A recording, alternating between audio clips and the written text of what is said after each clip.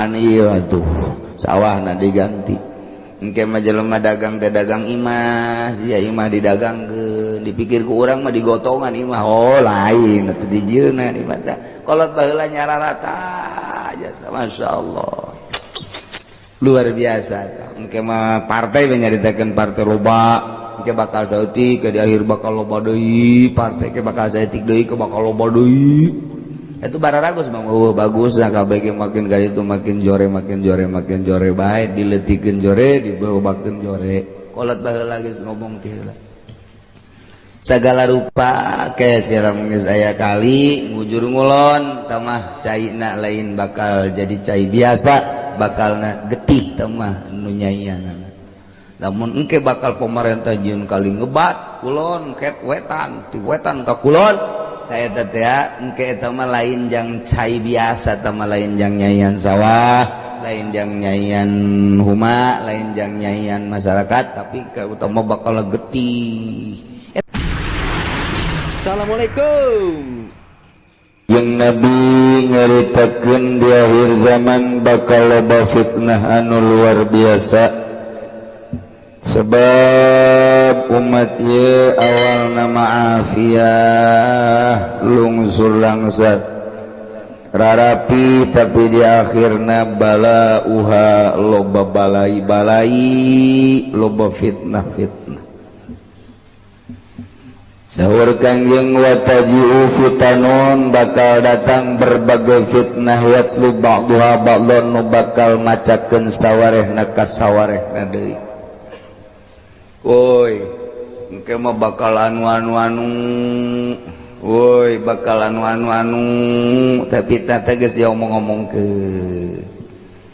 Jadi di beja-bejakeun heula kos kolot urang baheula. Kolot urang teh baheula teh nanti mana meureun eta bahasa-bahasa kolot masih kadedengekeun keneh bae. Engke mah sia lalaki jadi bikang jadi lalaki eta bahasa kolot baheula. Sia lalaki bakal jadi bikang bakal jadi lalaki hartina lalaki kos awewe kos lalaki mulai tak tekebel buk panjang lalaki bukna panjang awewe bukna para rendek tak omongan kalau teh nyata jasa nyata engke mah sia pakaian lalaki jeung pakaian awewe teh atuh sapake lalaki awewe kuari kaos sapake celana sapake atuh sepatu sapake geus sapake bae malah mun urang keur naik mobil teh aju aya nu naik motor boncengan bisa tetebakan lagi teu bigang di bajah ya lagi di belakang aya ada laki oh bener laki barang turun teh aya susuan tuh salah sia berarti tak eta teh tetebakan naon kolot baheula mah bisa engke mah di sawah teh di sawah sia eta teh bakalna uluh tangkal listrik loba jasa di sawah lain tangkal pare diganti ku tangkal listrik arti menyama di sawah aya tangkal listrik ge lain tangkal pare horenganan jadi perumahan ieu atuh sawahna diganti engke mah jelema dagang teh dagang imah sia imah didagangkeun dipikir ku urang mah digotongan imah oh lain atuh dijieuna imah teh kolot baheula nyararata jasa masyaallah luar biasa engke mah partai we nyaritakeun partai loba engke bakal saeutik ke di akhir bakal loba deui partai ke bakal saeutik deui ke bakal loba deui itu bararagus bang bagus nah kabeh makin kali itu makin jore baik diletikeun jore dibawakeun jore kolot baheula geus ngomong teh heula sagala rupa ke siram geus aya kali ngujur ngulon tamah caina lain bakal jadi cai biasa bakalna getih tamah nu nyaian namun engke bakal pemerintah jieun kali ngebat kulon ket wetan ti wetan ka kulon ta eta teh engke eta mah lain jang cai biasa eta mah lain jang nyaian sawah lain jang nyaian huma lain jang nyaian masyarakat tapi ka utama bakal getih eta iraha di mana-mana geus nyambung pulau ke pulau baheula mata pulau Cangkir diomongkeun teh bakal nyambung eta cicirita geus moal beres engke mah pulau Jawa jeung Sumatera nyambung Madura jeung pulau urang nyambung engke bakal aya jalan ngebat lempeng bahasa kolot mah baheula eta kos kitu horeng tol eta kuari eta janyara rata eta nu pake anggeran jasa mah di lembur urang mah ieu Tangerang Serang Pandeglang eta nyambungna gitu antara urang jeung tu tadi caritakeun gara tadu sejarah teh naon Pulau Cangkir nyambung kuari geus nyambung nu jualan imah geus loba tol geus aya nyararambung bakal disambungkeun deui atuh itu nya urang ye Merak itu Sumatera ke bakal aya tol terus sabada eta bakal jieun kali ke omongan kolot baheula tah ke lamun geus nyambung tol Sumatera Pulau Jawa jeung Pulau Madura ke kakarak aya kali ngulon ngetan tah eta mah bakalna eusina tah eta mah teh caina getih bakal perang teh jeung saha ieu teh jeung Inggris jeung Belanda moal ka DDI Amerika moal ka DDI eta jang perang saha kakakna bakal ngebunuh adina bapak bakal ngebunuh anak ngebunuh bapak emak dibunuh dulur dibunuh pemerintah ngebunuh rakyat ngebunuh pemerintah eta kolot baheula mah kos kitu heuh meureun perang saudara mun cara kurang ja cirikeun bae ke bakal dijieun ke kali ngebat di mana geus beres direncanakeun ge asal geus nyambung Madura Jawa Pulau Jawa jeung Sumatera ke bakal aya kali ngebat tidinya beres ngabangun lila ngabangun puluhan tahun nah eta ke bakal aya perang saudara nu dahsyat luar biasa saling membunuh eta mah ciri doang berarti perang saudara anu bakal nya gitulah kolot baheula eta nyahoan jasa tah fitnah teh dibacakeun Kangjeng Nabi mah nyaritakeun kieu engke bakal kasratu walawi zina anak zina loba jasa bakal nagara ge dipimpin aku anak zina imam masjid ge anak zina bakalna imam Jumat anak zina di kantor-kantor anak zina nu jadi presiden ge anak zina cak Kangjeng Nabi bakal kos kitu maknya henteu maknya jak kuari anak zina malulu atuh pertikahanana atuh teu bareres pan beureum jadi anakna anak zina geus puguh nu zinah nama kuari ge loba jasa masalah sebab anak zina ngaji Quran bagus kuari jadi imam atuh geus mulai disababaraha musola mah anak zina masalah ngan eta ucapan Kangjeng Nabi bakal kos kitu di akhir zaman teu bakal loba anak zina nu mingtin salat ge anak zina kantor anak zina presiden ge bakalna anak zina taji'u fitanun yatslu ba'duha ba'dan dibacakeun ku sawareh umat ka sawareh deui engke bakal loba nu mabok teh geus jadi kebiasaan bah pemuda geus mabok kuari mah ningkat deui lain ngaeuweuhan mabok teh budak SD mabok terus mararabok rusak akal urang dengan berbagai dalil kumaha bae mungkin serangan Amerika mungkin serangan pokokna mah kitulah kaayaan anak mabok jelema lain makin eueuh tangkap kuari ditangkap hiji tumbuh 10 tangkap hiji tumbuh 100 tangkap terus bae sa Indonesia nu marabok pahara jasa mabok identik jeung zina mabok zina judi terus bae eureun-eureun engke bakal loba judi riba teh Kangjeng Nabi kasratur riba engke mah kuari mah munggah haji bae bisa teriba munggah haji urang teu bisa teu make bank berarti kan mah riba terus riba dagang riba haji riba segala rupa riba nementak eta teh geus umul balwang kena sahabat naroskeun Gusti Rasul eta ku loba-lobana riba engke urang kumaha atuh haram gitu cukup nyokot jang ukuran ibadah ka Allah bae jang ukuran dahar nginum jang cukup ibadah eta geus salamet sakitu bae leuwih tidinya cilaka tayyulah tajiru fitanun yatslu ba'duha ba'dan bakal datang berbagai fitnah nu bakal ngomongkeun sebahagian ka sebahagianna deui geus diomongkeun tajiu sayati Kangjeng Nabi geus nyaritakeun bakal datang tah kuari urang tahun 2000 pas jasa naon nu diucapkeun ku Kangjeng Nabi di tahun bangta 1400 kali tuna makin mantap makin loba makin dahsyat fitnah teh mantap kadina taji'u fitnatun datanglah fitnah fayaqulul mukmin cek jelema mukmin asana hadhihi tuhlikuni fitnah ieu asana nu bakal ngarusak ka urang. Aduh asana bahaya ya bahaya ya bahaya. Engke sumatan kasih pulas eueuh deui. Engke watajiu fitnatun datang deui fitnah. Payakulu cek mumin asana fitnah ieu nu bahaya mah hazihi aduh asana ieu nu bahaya mah yeuh. Eta selalu kitu bae kitu bae kitu bae. Kuari bae kuari.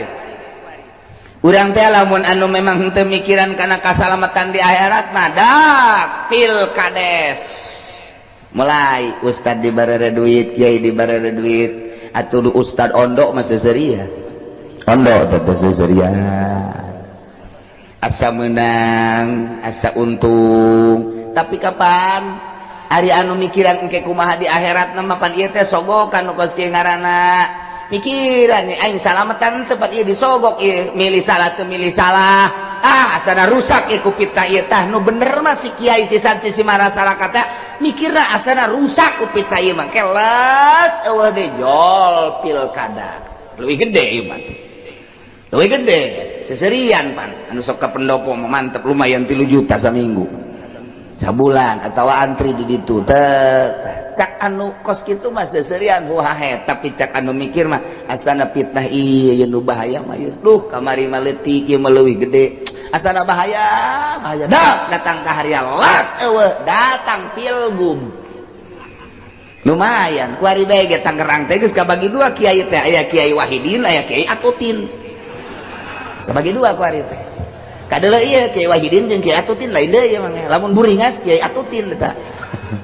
laun anu bangsa kieu eta Wahidin eta mah kitu di Serang di Pandeglang Kiai Ustad geus kabagi antara Yan Kosimul Kiai baena Wahidin wa Atutin jadi geus kabagi 2 kuari geus bage itu motor lagi lamun diselat teh atut lamun Wahidin mah mogok Wahidin mah eta kos kitu wah fitnah bagi anu raramean mah anu asa meunang geus heheotan bae tapi nu pikiran aing salamatan teh di akhirat ku kos kieu teh ieu pan bisa dipertanggungjawabkeun ieu teh sogokan teh ieu teh halal apa henteu sih duit kos kieu mikiran nya asana ku ieu aing rusak ieu bahaya ieu beres eta las eueuh pilpres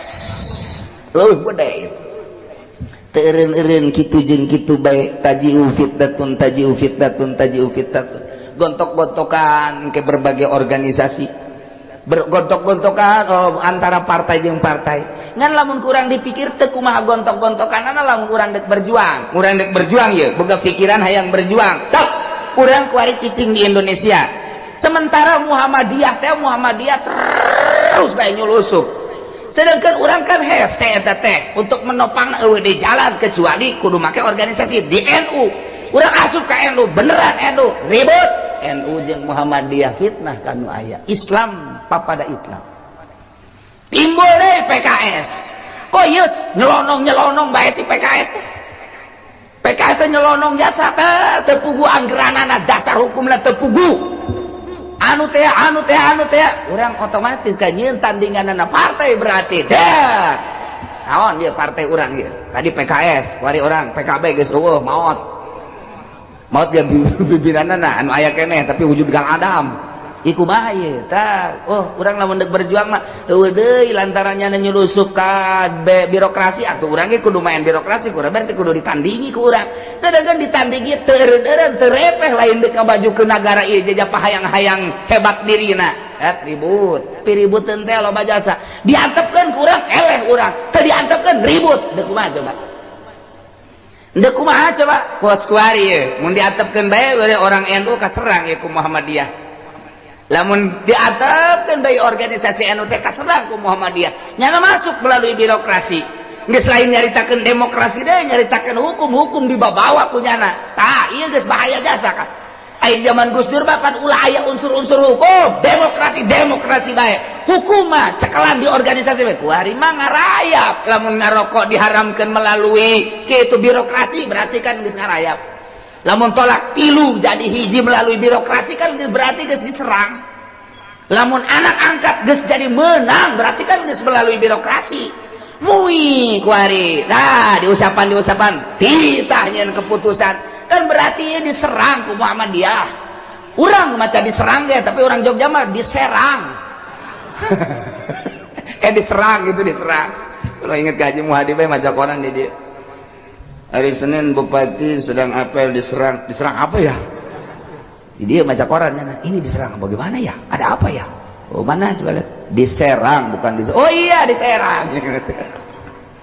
Ada bupati hari Senin apel diserang. Sama apa diserangnya? Serang, sia udah serang atuh. Salah maca berbahaya. Tah, ieu caritana urang ieu mun nyaritakeun perjuangan nyeri hate teh ya. Nyara terus bae nyulusut NU-na ieu HS bae ngees bae ngees. Ngees serangan-serangan. Partai teh partai ngan saukur ngaranna doang Partai Islam P3, Partai Islam PKB, Partai Islam naon deui? Ah geus berarti geus. Tuh BPR dan lain sebagainya ngan ngaran doang perjuangan nama tetep bae PKS dulu coba halangan atuh sia mun urang gairah timbul aing tampil teh ieu mah nu tampilna si bangsa bocokok deui bae kuduna anu siap ngaberesan tah ieu urang beuki lamun deuleu kadinya rapuh amat atuh Indonesia teh rapuh amat kumaha kahareupna timbul lah gairah hayang orang fitnah nu aya perang antara politik partai jeung partai, perang antara organisasi-organisasi. Urang cicing berarti nyana terus-terusan merajalela. Urang berangkat perang teu eureun-eureun. Ilah zaman fitnah ngaran lantaran henteu leuleuy hatena henteu tawadu. Ieu mah pahayang-hayang ka bagi. Pokos imam masjid bae, imam mushola. Nu pantes mah jadi imam teh itu, dia mah kurang pantes lantaran nyana nu hayang teu terus bae wala doholin terus bae. Teu pararantes sabenerna mah. Eta teh terus bae gesek-gesek. Iyalah zaman fitnah fokus kitu tajiu fitnatun. Ieu terus teu eureun-eureun fitnah. Moal eureun-eureun. Terus bae ieu mah.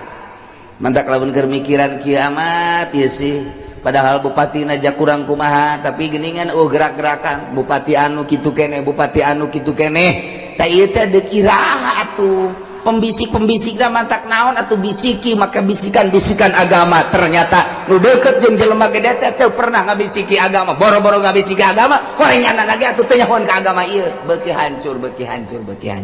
fitnah kadituna beuki ambalaya atuh engke mah meureunna nu nyahoan ka pangeran meureun nyahoana maraca buku bae jeung di laptop bae terus bae belajar teh maka televisi make kitu buku kabelah dina koran untuk make belajar langsung ti guru geus waktu fitnah makin fitnah kuarin nu oleng otakna loba jasa anu nyokotan wiridan ti buku di wirid nyokotan buku nyokotan wiridan ti televisi nyokotan wiridan ti kitu naon kitu ngaranna ti satelit dan lain sebagainya ayeuna kuari oleng jelema gede aroleng akibat tina wiridan kos sekarang itu kos nanahonan nah iyalah fitnah zaman fitnah itu benang salah setik tah nu mentek ieu dicaritakeun ku Kangjeng Nabi bakal pohara luar biasa kita faman ahabba saha jelema nu dikahayang ayu zahzah dijauhkeun tina neraka ayu dukhala jannah atau diasupkeun ka surga fatatihi fitnatahu maka kudu ngadatangan kana fitnahna wa huwa yu'minu billahi wal yaumil akhir bahasana kos kitu tapi nu dimaksudna mah kieu fitnah pasti datang tapi jelema tetep bae iman ka Gusti Allah iman ka yaumil akhir lamun hayang salamet jauh tina neraka hayang salamet berarti asup ka surga ketika fitnah datang ulah milu-milu cicing bae iman ka Allah iman ka yaumil akhir tetep bae teu bisa diganggu gugat teu aya tawar menawar nyana kitu bae eta salamet teman Kieu bae cicing Waalaikumsalam ieu aya sumbangan ti atut gede teh letik letik haram gede ya meja haram main sama mobilin di motor sama mobil halal aduh masya Allah Waalaikumsalam ijaya ya tizati itu bukan sebenarnya 500 haram bejakeun haram 500.000 haram aing mah geus moal tanggung jawabna di akhirat hese minggu hareup dikiriman berarti 5 juta haram tanggung jawab na lah bong nanda daletik seorang Arab minggu hari bilang seperti itu 20 juta halam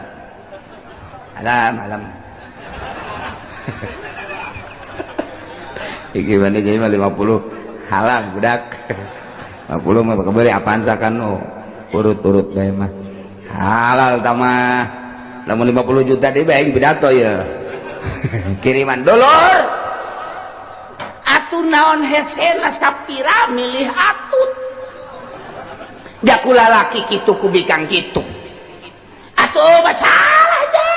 dipimpin ku saja bakal kitu-kitu kene geus maningan atut bae diteruskeun eta 10 juta kenceng sorana eta 10 juta kenceng jasa ke 5 juta mancang pati kenceng tapi kalau 10 juta kenceng 100 juta gitu 100 juta kencengnya mun 1 miliar mah asana pegata urat pegata asana 1 miliar mah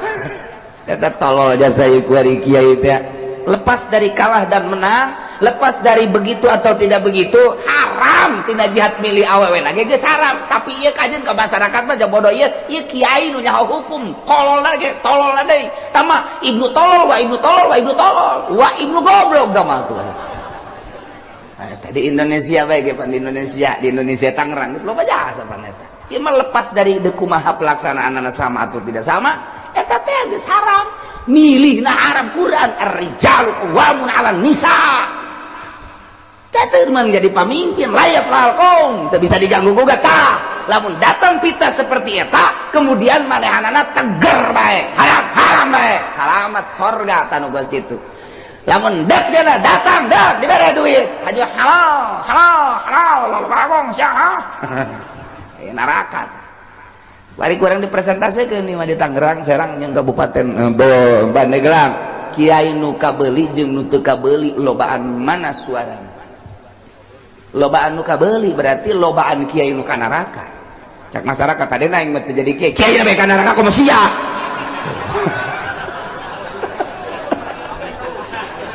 aduh ya nuturkeun kiai ban kula mah cenah atuh tadina mah endek anu itu lalaki ngan kiai kula ngajak ka awewe atuh kula nuturkeun bae lah ka kiai kula mung fitnah puguh eta fitnah keur datang tolol sia ngomong pangkos bener bae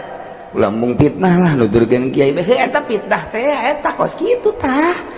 eta teu karasa pan kunyana tah masyaallah nah ieulah kuda-kuda jang urang supaya urang teger di zaman fitnah ku ari paman ahabba ayuzahzaha minan nar saha jelema anu nikahayang dijauhkeun tina neraka anin nar tina neraka durkhala tau diasupkeun ka surga nah ieu mah geus hiji bae geus atatihi fitnatahu wa huwa yu'minu billah wal yaumil akhir fitnah pasti datang ketika fitnah datang teger jasanya na iman ka Gusti Allah asal geus iman ka Gusti Allah ka yaumil akhir berarti sieun naon kitu nadahan fitnah ngajauhan berarti tina fitnah sieun iman ka Allah iman ka yaumil akhir berarti geus tidak mentolerir terhadap fitnah-fitnah kos kitu ngajauhan tina fitnah nyalamatkeun diri menuju ridho Allah subhanahu wa ta'ala wal ya'ti ilan nas billadhi yuhibbu ayyuta ilaihi yana datang ka manusia mawa kekuatan diri nu sakumaha didatangkeun ka dirina pokona mah nyana kitu-kitu bae keur sorangan kitu keur babarengan jeung manusia kitu bae geus percis kos dina engke bakalna kos tengah peuting aya damar percis kos dina sirah anu bulu buukna hideung aya hiji nyeng celing teteh naon ngaranna huwis bakal kadeuleu ge lamun urang teger dina agama sieun ka Gusti Allah iman ka Gusti Allah berarti sieun ngajauhan tina fitnah di tengah-tengahkeun merajalelana fitnah bakal percis kos tengah peuting aya damar kadeuleu ku sasaha sinarna percis kos tidak sirah kitu buukna hideung aya huwis hiji yang celing hiji bakal kadeuleu tah kitu dicaritakeun ku Kangjeng Nabi urang Kangjeng Nabi Muhammad sallallahu alaihi wasallam tentang fitnah-fitnah nu bakal datang terus moal eureun-eureun fitnah teh terus bae terus ikir cerita ala kadarna dong fitnah kabelah dina fitnah tina televisi fitnah tina HP fitnah tina kitu komputer dan lain sebagainya engke bakal tambah ditambah deui fitnah dan berbagai fitnah geus puguh nu tadi caritakeun kabair pakabair mah baheula mangan sakadar teu saralat doang fitnah teh ya. Tapi teu ngalawanan kanu salat ku hari mah fitnah teh nya teu salat nya ngalawan kanu salat. Geus puguh ku hari baheula mah nu mabok eueuh di lembur ku hari mah mabok merajalela zina judi. Oh, penghormatan terhadap kiai baheula mah nu tilok salat ge nu tilok salat. Aya kiai liwat keur nyetel radio di pareuman. Radio di pareuman, pareuman, aya kiai pemang pantes geus kitu teh. Ku ari mah aya kiai, tah digedekeun. Nah, aju kiai na joget deh atuh. Mantap atuh ja kiai na ge ceramahna ge mawa keyboard. Henteu kumaha coba atuh ja kiai na ge ceramah ge joget ieu. Atuh di imah kiai na ge TV atuh aya 5 pan. Paranti nyana, paranti pemajikan, paranti anak, paranti tamu. Wah, ambalayangan teu jualan TV doang tak kiai. Fitnah jeung fitnah, fitnah jeung fitnah. Terus makin ka ditu makin parah. Terus disapirakeun bae ku kiai teh, HP dianggap enteng, televisi dianggap enteng. Memang manfaat aya tapi modorotna nu luar biasa. Ketika urang deuk berjuang mah butuh teh informasi silakeun. Tapi keur henteu mandeukna naonan atuh. Nah makin ka dieu dirasakeunana makin loba, makin bahaya, makin bahaya. Amburadul kadituna sarua bae. Baheula seragam Sabang sampai Merauke bahwa duit bank riba, bunga bank riba. Eueuh nu tentang kamari ieu kurang kumaha teh di zaman bapak-bapak urang komo bapak kolot urang mah kadenge ngejelengeng keneh teh rentenir teh haram. Bunga bank haram. Sabang sampai Merauke di Indonesia ulah nyaritakeun internasional, nasional seragam kabeh. Mulai teh aya hiji dua halal ditukil ku kiai make jamul jawame bahwa bunga bank teh halal di jamul jawamean. Masyaallah ku berani teh geus teu kudu dilawan tah mah suku sia jamul jawamean goyatul usulan los leg-leg ku sia. Tapi urang mah geus boga anggaran kurang kumaha Fathul Muin kurang kumaha kitab kitu naon ngaranna Ihya na Minhajul Abidina jeung berbagai kitab-kitab fikih bacaan bae geus kudu nukil-nukil bab saralah ku ari tukilan-tukilanana. Sebab naon eta kos kari itu teh maksakeun kalantaran dirina aya di dinya tukil, dirinya aya di dinya di organisasi teh tukil, dirinya aya di dinya di perusahaan showroom nukilnya na. Jadi lain berbicara secara umum kumaha ieu secara umum malah aya nu ngomong kieu. Sabenerna mah eta teh riba teh tah nu diharam-haramkeun ku kiai eta teh cenah kiaina bodoh sabenerna. Aya nu ngomong gitu lagi kiai. Tah mah kiaina bodoh sabenerna mah ieu teh ieu naon ngaranna bank eta teh sabenerna mah perusahaan kiai nu sabenerna mah showroom tak kredit eta teh sabenerna perusahaan kiai. Santri teh kudu nama usahana kos kitu teh. Jadi teu capek tapi untungna gede. Nu sabenerna mah eta teh diciptakeunana kudu ku santri mun santrinya palalinter mah eta kiai anu ngomong kos kitu mudah-mudahan panjang umur teh beuteug kieu teh. Mudah panjang umur bisa tobatna. Masya Allah geus kabali ngerjasa selidik horenganan kiaina anakna boga showroom. Atuh ai endek boga showroom mah ulah ngomong-ngomong kos kitu terus bae beunang leg-leg apa ku kiai jadi orang koros mah tuh. Tah ieu timbul ucapan-ucapan fitnah jeung fitnah keur nyaritakeun fitnah tungtungna kiai jeung kiai fitnah ku teu seragam dina hukum teh maksakeun diri. Inilah di akhir zaman bakal loba fitnah terus moal eureun fitnah teh bakal terus menerus. Hiji jelema nu salamet tina fitnah anu iman ka Allah jeung ka yaumil akhir hartina tetep netepan dina sieun ka Gusti Allah Subhanahu wa taala. Terima kasih sudah menonton. Jangan lupa subscribe.